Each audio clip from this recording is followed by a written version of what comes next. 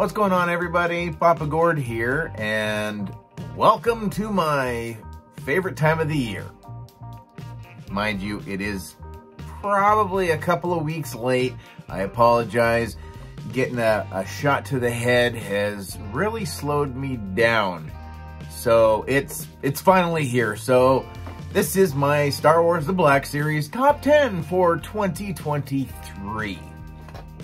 Honestly, wasn't sure if I was going to do one this year. Thought maybe just a 5, but lo and behold, we can't break tradition, can we? Now, I have cut a lot of crap out. We're just straight to the point. I got one honorable mention. We're going to go through the list. I got number 1. I got the worst figure of the year, in my opinion. And just one other little... and you're out of here. So let's just get into it. Lots of pictures, so you'll probably see more of the photos than you will of me. All right? Okay, we're set. All right, let's go. All right, so my honorable mention for 2023 is the 40th anniversary Return of the Jedi, Luke Skywalker. Finally, what a fantastic update, upgrade, whatever you want to call it. Significantly better than the original, which after all this time he had better be. Definitely benefits from all the new articulation that a lot of these lines have nowadays. His range with his arms are just incredible. Some of the posing you can get him in is great, and we all know how static I am. Very vanilla. I may have to write a book. I don't know if it'd sell. But anyways, off topic, but yes, that's my honorable mention. Honestly, really, maybe just say this is my top 11 for 2023. So anyway, let's just get into her. Number 10, new astromech droids. It's about friggin' time. They look fantastic next to all the other characters who are scaled correctly, but it looks proper. It definitely dwarfs the original astromechs, which I've packed up and put away. But yeah, R2-D2, R5-D4. I love the accessory storage in both the figures. Still disappointed that there's no moving wheels on the figures, but hey, you know, give and take. Number 9 goes to our favorite little murder bear, Wicket. I still wonder why Wicket was the 3rd release out of the 3 Ewoks, but hey, better late than never. So Teebo, Poplu, and Wicket all have a very nice place on my shelf with my other Jedi characters and look awesome with, I don't know, what do you want to call her? Andor Leia, I guess, sort of Andor Leia, Andor Ewok Leia. So yeah. Number 8 goes to Clone Wars Darth Maul. I almost forgot that he was released in early 2023. I believe I added him into my collection, I think February? I think there's a review somewhere floating around out there. So he was released, and then later in the year we had that old Master Maul. And honestly, for me, I don't have as much background or as much pull to the old Master Maul. I like the aesthetic better of the Clone Wars Maul, and I do enjoy I like the lightsaber better. I like that he's got one half of his original lightsaber hilt, and then just kind of a, you know, plain Jane one over the one that old Master Maul has. And I like the aesthetic of the figure better. So that's just kind of what it came down to. I love the robot legs. Finally, it gives me hope that maybe with the sound of prequel figures coming out that we'll get a whole new Darth Maul? Who knows? But anyway, that's my number 8. Number 7, speaking of Darths, we're going to see the Darth Malgus. He's a big boy, looks fantastic, helps fill out that Knights of the Old Republic shelf just a little bit more. We had 3 releases this past year to go into that selection with, Jedi Revan and Darth Revan and so on and so forth. So yeah, it looks fantastic. I love his lightsaber. The hilt looks awesome. The fact that it's definitely scaled to size for him. The detailing on the face, once you have the face shield off, looks just creepy as hell when he's got the hood down and you can't really see what's going on underneath there. So definitely a solid 7. Number 6, we're gonna go back to the Clone Wars and we're gonna go with Padawan Ahsoka Tano. What can I say? The missing puzzle piece that goes with the Trinity now, with Obi-Wan and Anakin in their Clone Wars armor.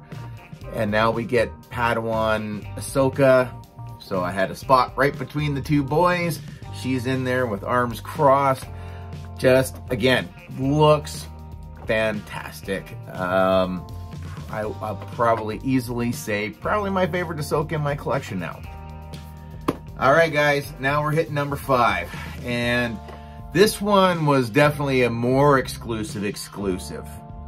And that goes to Doc Ondar. So we finally got a Hammerhead, finally. So hopefully that means in the future we're gonna get a Hammerhead to maybe go with our non-existent Cantina creatures, besides the band and, well, Ponda Baba's there, but still, we need more to fill that out more. Really, we really do. So he looks incredible. It gives me hope that when we finally get Hammerhead in A New Hope at some point, he's going to be incredible. Hopefully that means maybe we'll get the mayor from Book of Boba Fett. Who knows? The possibilities honestly could be endless. So let's see more of these guys. I love the extra accessories he comes with the holocrons, the helmet, and the sword, the soft goods, and man, he has got bling going on for days on that guy. But yeah, absolutely incredible. Yeah, definitely a great 5. Could even be higher, but I'm happy at 5. Number 4, controversy. I was gonna rank this one higher, and then a late addition moved things around just a little bit. So number 4 goes to Mercenary Omega from Bad Batch Season 2. What can I say?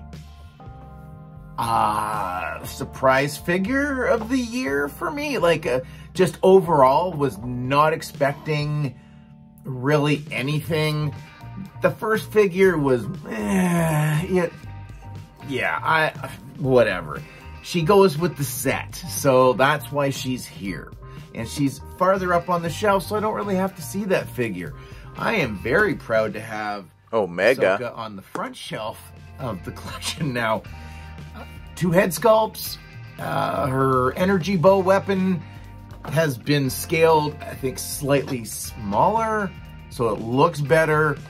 You also get that weapon when it's not engaged, and you can even attach it onto her back. The articulation points on the figure are great. I love the look on the face. Like, they've done a really great job. Number 3, we're going back to another Darth, and that's Duel's End Darth Vader from the Obi-Wan series. Honestly, pictures do not do this figure justice. You really need to have this figure in hand. I'm surprised that Hasbro put as much detail into this figure as they did. Between, obviously, the main focus point, which is the helmet, with the part of it busted off, and you see part of Anakin, and, oh, wow, just a fantastic sculpt. I think the paint job was done beautifully on that figure. If you look at the damage that he takes from that fight with Obi-Wan, just the scarring on his armor through his chest box, just the burns and the tattered bits of the back of his cape. To, if you move his cape through, there's lightsaber marks through that go all the way into the back of his armor or whatever Obi-Wan basically nailed with it. And you could just see the layers that they actually went to. They didn't have to do that, and normally they usually don't do that. So I really, wow, this figure just stunned me this year. Now, granted, I do have a custom piece from Mr. B. I actually think Mr. B's head sculpt is just it's better. The paint job on it. I said the Hasbro one was beautiful. Mr. B, that was a masterpiece. So I am getting ready to display both of them on my shelf. I can't pick just one, and I'm not going to take them apart to make kind of the perfect Vader. Don't need it. So there we go. That's my number 3. Number 2, we're sticking with the Obi-Wan series, and we're going with the Legends Obi-Wan Kenobi, the, again, Walmart exclusive. Out of the 4 that came out of that series, this one is definitely my favorite. Obviously, that's why he's at this spot. He's number 2 overall. I know he is a bit of a hashing together of the other 3 figures. There are, I think, a couple of new bits on him, but overall, with the soft goods, the goggles, his lightsaber, obviously, he comes with the little model to give to Luke. I just think overall, he's just, yeah. That would have been, oh, I don't know. Let's go with that one, and blue shirt Obi-Wan would have probably been the 2 that I would keep out of the 4. But yeah, I love that Legends Obi-Wan. He does suffer a little bit with the face. It doesn't quite make it there still, but he's still a beautiful figure. So that's my number 2. All right, we're down to 2 selections left. That is my worst figure, the worst figure of the year for myself. My number 1 for the entire year. And yeah, I'm gonna throw this one out, and I'm gonna say this was the best ensemble release of the year. Mind you, 4 out of 5 were exclusive, but what can you do? And that, obviously, is the Bad Batch. I really was not gonna bother going ahead with repaints, but the fact that they are repaints and a little bit of retooling changed the entire look for myself. I just think they look awesome as a team. I mean, obviously Echo, he's probably the weakest out of the releases just because he actually comes with less. He doesn't have that claw attachment thing that he came with as his first release.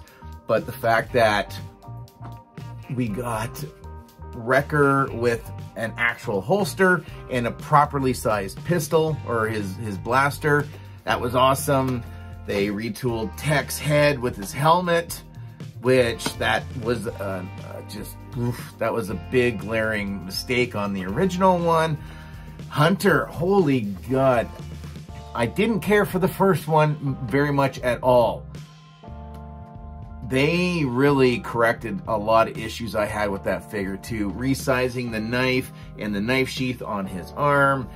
Gave him 2 holsters, got 2 blasters. I just realized as I was filming this as well, they didn't give him the blaster that he had from season 1. So I may have to go and get find another figure that's got that blaster. So I like him with that one, although I'll have to watch season 2 again.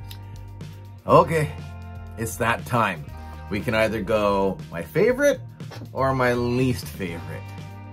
Obviously, I think you want to start with the bad news and end on a high note. So that's what we're gonna do. I know most of you out there are thinking, oh, it's that HK droid, it's the HK droid. That's a valid figure to pick for that. Honestly, no, you know what? I'm gonna change that and say no. That's not necessarily a valid reason. Well, I mean, I know a lot of people don't like either of them, right? And the biggest bone of contention for some people are the ankles. A lot of droids, because they're top heavy, yeah, they tip. For some odd reason, this guy has been sitting on my desk for 8, 9, 10 days, has not fallen over. I have not done anything to his ankles, So I'm just gonna see how long he goes. Mind you, his all red counterpart, which I would love to show you, but I have put into the bucket jail and he'll probably never grace my shelf again. But I do have to say, when you get figures even like Huang, he doesn't stand for squat. So should I say that he's the worst just because he can't stand up? I don't know. Honestly, it's your choice to pick what figure you think. If you think the HK droid is the worst, I don't disagree with you. I do not think it's overly great. I don't think the other version, the red one, the Ahsoka version, I don't think that one needed to even be released. I like the aesthetic of the one from the Mandalorian. I have a couple of these. Unfortunately, I did get one, I think, of the other. Yeah, they're not great. So I'm a sucker for buying the other one. I'm not gonna say it's a garbage figure. I don't mind the figure. Yes, the ankles really make me dislike the figure, but not enough to say, oh no, this wasn't great at all. Anyway, rant. So my least favorite figure for 2023 is... it's Balin's skull. I'm sorry, everyone, but he disappoints me so much. He should be on the front of the Ahsoka collection. That's where he should be, but he's in the back because he's just not good. You know, I understand this could be based off of preliminary drawings or whatever, but the fact that he's just not sized correctly, I still think, and maybe it's just the way that Ray Stevenson portrayed the character, but he still seems small. Like, he just seems like he should be a bigger, broader presence. I don't think the head sculpt's all that great. I think, for the most part, it almost looks like he's, like, losing, I don't know, it looks like, I can't explain it. It just, yeah, even looking at it from the side, usually with some figures, if you look at them straight on, you're like, yeah, that's not anything. You look side to side, I still really don't see a lot of Ray in this figure. I've got issues with his shoulder pads. I'm calling them shoulder pads. He does have that drop down. I think his arms are great, but these things have gotten so loose that, yeah, if I try and pose them, they usually slips right down out of the way, and that's not right. I've done the Landspeeder Luke fix to make it better, and with the Reva thighs and upper legs, but honestly, the average person, are you gonna go and try to track down another figure to fix the shortcomings of a figure that, honestly, that's kind of embarrassing after so many years that, you know, one slips through, and one of what I thought was probably my favorite character in the series. You know, his lightsaber hilt, it's so soft. His blade just, you know, it's disappointing. All he's ever going to do is be with his arms behind his back, with his lightsaber hilt on his belt, and stay in the shadows. Maybe I'll get him a cloak and put the hood over his head. He may be better that way, but as far as I'm concerned, overall, this is just, yeah, he's not, for me, he's not great. Not in the least. I really hope that maybe we get a do-over with him, but I have a feeling that's not going to be likely. So yeah, he's my worst for the year. So, all right, let's just finish. Figure of the year for me. Oh yeah, of course. He's not going to be for everybody. This is the Ringworld Mando Glavis. Came in, like I said, reason why certain figures kind of got moved around on my list, because he showed up just before the end of the year. I know some of you are just coming across him now or are waiting on pre-orders or what have you. And I think he's worth the wait. We got a whole new overhaul, brand new top to bottom, resized. I think his armor pieces actually look better on this version, finally. We got soft goods instead of that hard piece of plastic. They retooled his holster, so they got rid of that little, you know, the plastic thing that doesn't peg in very well, which is excellent. What else? Oh, the vibro blade. Boom. Actually goes into his belt. Very cool. Oh, his jetpack. So finally Beskar up, where his other, right, it was wasn't no color to it. It was like black, right? Black or like a dark gray.